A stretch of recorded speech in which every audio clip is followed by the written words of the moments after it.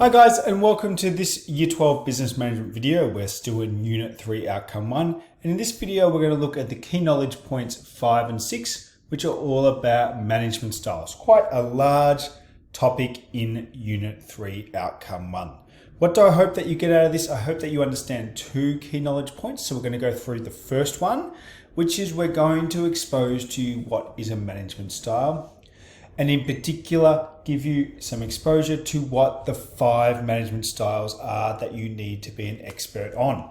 In particular, they are autocratic, persuasive, consultative, participative, and laissez-faire. In particular, I'm going to hope that you leave this part of the video knowing what they are and the specific characteristics that occur within that management style. This will then allow you to do lots of work and start to think about exam style questions where you'll be asked to compare, distinguish, discuss, etc. So what do we mean by a management style? You might even be able to guess by thinking about the term.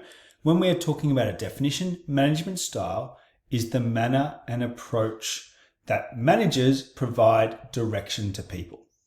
Because if you think about all the bosses that you could have, they're all going to have their different techniques.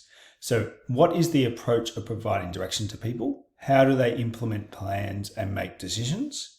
How do they motivate people, etc., etc. And as you can see that we have 5 styles: autocratic, persuasive, consultative, participative, and laissez-faire, which are all significantly different. Now we're going to split them up into a continuum and realize that the ones at the top are more about task-oriented styles. You could almost argue that they are more strict and they give more decision-making to the owner, the manager, less to the employees. So they are task-oriented. They just want to get the task done as quickly and as effectively as possible.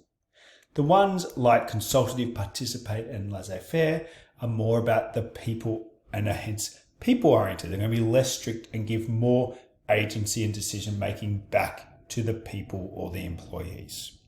So we're going to go through all 5 of them. The first one being autocratic, the most task-oriented, the most strict. And I like to give you a bit of a quote so you can remember it before we go into the specific details. Autocratic can be summarized as do it the way I tell you. It's a style of management in which the complete power and complete decision-making lies with management or the bosses. It is the manager that dictates, so has full authority on what is to be done, who does it, and how and when they do it. So you can see it's very strict, just one person or one management team making all the decisions. The employees do not have much power at all. When we talk about the characteristics, we're going to talk about 5 types. And these are going to differ across each style, but we're going to do it a bit slower for autocratic. An autocratic manager could be characterized as having centralized decision making. And this is because if we think about where the decision making is happening, it is happening by just one person in the center, the manager. So hence centralized. And this is because the autocratic manager has total control and authority and expects everyone else to provide total compliance and obedience. Because it is just one person, the manager, making all the decisions to all the other employees, we would consider this to be one-way, top-down communication. So the communication comes from the top and it is just one way. The autocratic manager tells the employees what to do without any employee input. We would consider this to be task-oriented because the autocratic manager is placing greater, or in fact, all importance on achieving the task and following the processes and not placing as much on the people below it. So how do you motivate these employees which aren't having any decision-making power and it's all about the task? You unfortunately, or fortunately, because there are advantages to this, there are situations where autocratic is the best method, you motivate through threats and discipline. The autocratic manager is likely going to use threats and disciplinary action and or monetary reward if you do the task correctly to motivate people. And what do we mean by the goals and objectives? The objectives and aims of the business are going to reflect the values of the manager, because it's just the manager making the decisions. So hopefully you understand autocratic. And now let's go through the other 4 a little bit quicker, because you'll see these 5 characteristics will change as we go through the 5, as we move to more people-oriented than task-oriented. The next one is persuasive management style. Not much different to autocratic, but we could summarize it as, I think it is best if you do it this way. This is a style of management in which the manager sells the decisions. So sells can be aligned to this persuasive. By giving the employees reasons and or convincing them of why the decision is the best course. It is most like autocratic because the manager is still making all of the decisions. Decision making still comes wholly, and all the power comes from the manager. It's just that they're going to spend a little bit of time persuading the employees why it is the best action. They don't get a say, but they'll be persuaded to hopefully motivate them. So because of this, many of the characteristics are the same. We still have centralized decision making. The business owner, the manager makes the decision. It is still one way, top-down communication. The manager tells the employees what is happening, but they will sell the benefits of the decisions. So they will spend a bit more time selling them, persuading them to convince them to do the task the way the manager wants. Now, it is still task-oriented because the manager is still placing importance on achieving the task, following the processes that they have come up with. And because the decision-making lies with the manager, motivation will still come through threats and discipline and rewarded through monetary reward. But the persuasive manager will spend a bit of time trying to persuade them, so hopefully they'll be on board, they'll be motivated, and hence hopefully the threat and discipline is not needed as much. And again, the goals or objectives are the same as autocratic. The business goals will reflect the goals and beliefs of the persuasive manager. So quite similar, but the one difference, if you ever distinguish, is they're spending a bit of time selling the benefits. Now we move on to some different ones. Consultative is where we're moving a bit more into the people-oriented ones. Still with the least amount of agency of the employees, because we can summarize this as, I want to hear your ideas, employees, before I make a decision. This is a style of management in which the manager understands the importance of positive relationships with the people and subordinates. It's becoming a bit more people-oriented and consults them for ideas before making a decision. What's the key bit there? The manager is still making the decision. So the employees, the subordinates, aren't part of the decision-making process, but they are giving input by saying their ideas, and hopefully the business owner, the manager, will take that into consideration. So we still have centralized decision-making. We still have the manager making the decision. But it is less centralized than autocratic and persuasive because there is input before the decision-making happens. But the manager still has total control and authority over the final decision. It's just that they're getting input beforehand. Now, because we have input, and you might remember I had the manager at the top and all the employees down the bottom, the key bit here is before the decision is made, we have two-way communication. So two-way open communication. This is a key difference. The consultative manager openly seeks ideas, input, and feedback from the employees before making the decision. So this means we have a bit of a balance. It is task and people-oriented. The consultative manager will believe that the achievement of the task is still important, but balances with the belief of having trusting relationships with their subordinate. And they are hopefully going to have to motivate less through threats and discipline because they are involving. So the consultative manager believes that employee involvement will increase motivation, and as we see later, hopefully create better ideas. Now, hence, because of this, we're having two-way communication. The goals and objectives and the aims of the business are going to reflect the ideas and values of a broader range of people. We now move to participative, and here we are starting to get more people-oriented. This is where decisions are best made when we work together. So this is where a style of management in which the manager unites with staff to make decisions collectively. We are making decisions together as a team through discussion and compromise. So now we start to have a difference where we have decentralized decision making, because it's not just the business manager. All the other people involved in the business are involved in the decision making. They might have a vote, for example. So we have discussion and compromise. Employees and management have an equal say. It is now not in the center, so it is decentralized. We have true two-way and open communication, and we've become truly people-oriented. The participative manager believes in the importance of people having relationships, and they truly believe that this is what will drive improved task performance. So it's not that they don't care about the outcome of the task, it's just that they think involving people and prioritizing that will create the positive task outcome. So we are now motivating even less through threats and discipline, and we're motivating by understanding people's needs.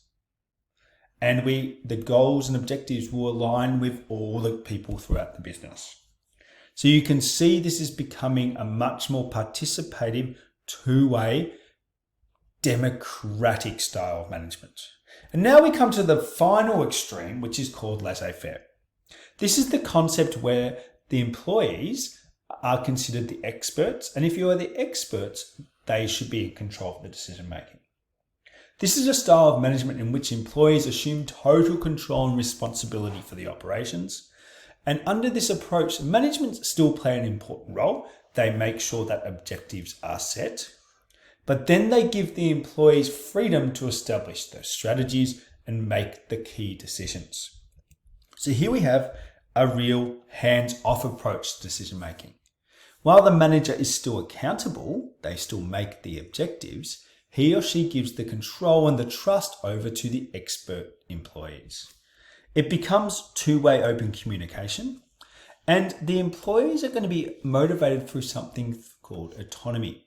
The laissez-faire manager believes that if employees are experts and specialists, that must mean they are highly skilled, experienced, and educated. And they are the type of employees that are going to be motivated by having control and an own sense of pride and accomplishment. They will do the right thing because they want to. Now, this is where we start to move into our second key knowledge point. So you might even want to pause the video and start to think about the advantages and disadvantages of these management styles. So we're going to think about the appropriateness of these management styles in relation to the nature of the task, so what is going to be done, time, how long you have to do the task, the experience of the employees, and the manager preference. Those keywords are important because in that study design, these are the types of questions you will receive, and these are the considerations you'll have to take into account. Because we want to recognize there is not one best management style. We want to understand this concept of situational management. Situational management is the idea that there is a need for flexibility and adaptation in the management style to suit the situation. There is not one better or worse management style, but there is often a better or worse management style for a situation. And that's because the management style is going to be influenced by the manager, his or her preference, experiences, background, the employees, their personalities, their beliefs, their skills, and the situation themselves. And of course, the internal and external constraints, such as deadlines. So this is what we mean by experience, time, nature of the task. So for example, if we start to think about what style is going to be best for autocratic and persuasive, This will be when there is complex or high risk or really important tasks. High risk, highly important. We don't want everyone to make the decision, particularly if we have tight time frames, so there's a crisis or a strict deadline, inexperienced employees, and a manager that prefers authority. In this case, we have a situation where autocratic or persuasive makes the most sense. And if we think about it, I hope this makes sense. High risk, really important tasks with which might be a crisis with inexperienced employees is going to lend to a situation where the manager should make all the decisions. I'm going to let you read through this, but if we go all the way down the continuum to laissez-faire, there is times when this is the most appropriate. For example, if we are not in a crisis situation, so there's a time frame, but we're not in a crisis. And the task might require creative work or research or something that's highly specialized. And particularly if we have highly qualified, experienced employees and the manager isn't that experienced, we have the situation where it makes the most sense to have a laissez-faire approach where the employees take control. And you can pause this and have a look at it and think it through, because now we're going to go through the advantages and disadvantages of these styles. Autocratic and persuasive are quite similar. The advantages are very similar. There is, of course, one major difference. Autocratic, the decision making is made by the business owner without persuading the employees. Persuasive, they spend a bit more time selling it. So what are the advantages? We can make quick decisions if the business manager is making all the decisions. This is particularly important if we are in a crisis or high risk decision that need to be made. Because one manager is making the decision, we often have clear and direct communication because one person is telling everyone else. This often creates role clarity and less confusion. And because everyone has been told their role and it is task focused, this can lead to lots of positive outcomes. Now, the only, more other advantage of persuasive is that because we are selling it to the employees, and they've been given the reasons, they may be more accepting.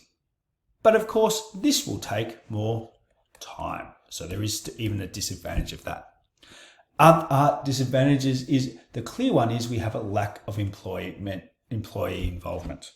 And this means this can create poor relationships with management, and they might not actually be that motivated. So the business staff might feel unappreciated, have a low morale, and may want to leave, or may just actually not want to do the work to the best of their ability. And a key disadvantage is because the manager is making the decision their own, the ideas are limited to the manager their own.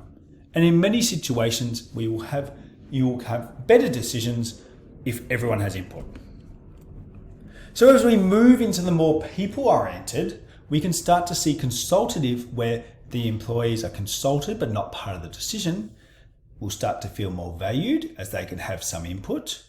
And we might have a greater range of ideas. And this can improve employee development and motivation.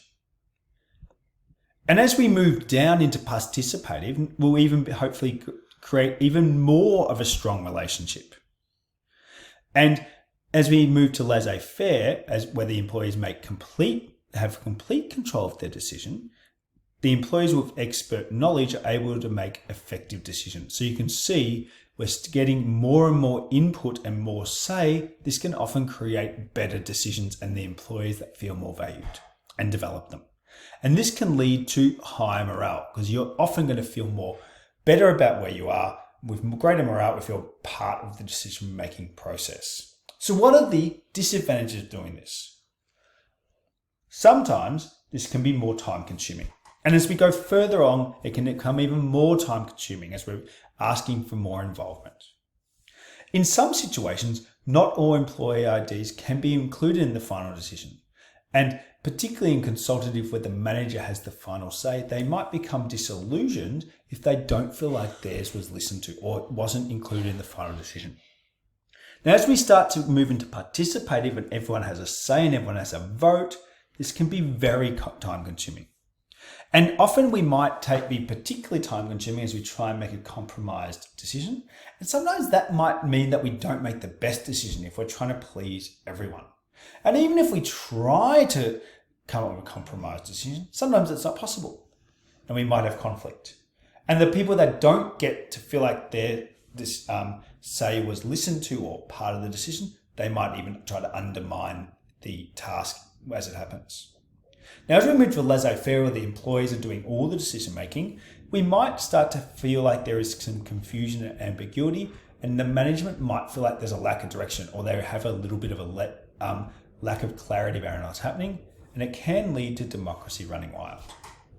So lots of information around advantages and disadvantages. The key bit here is to understand there is often the best management style for a situation according to the time, nature of the task, experience of the employees, but there are advantages and disadvantages of all of them.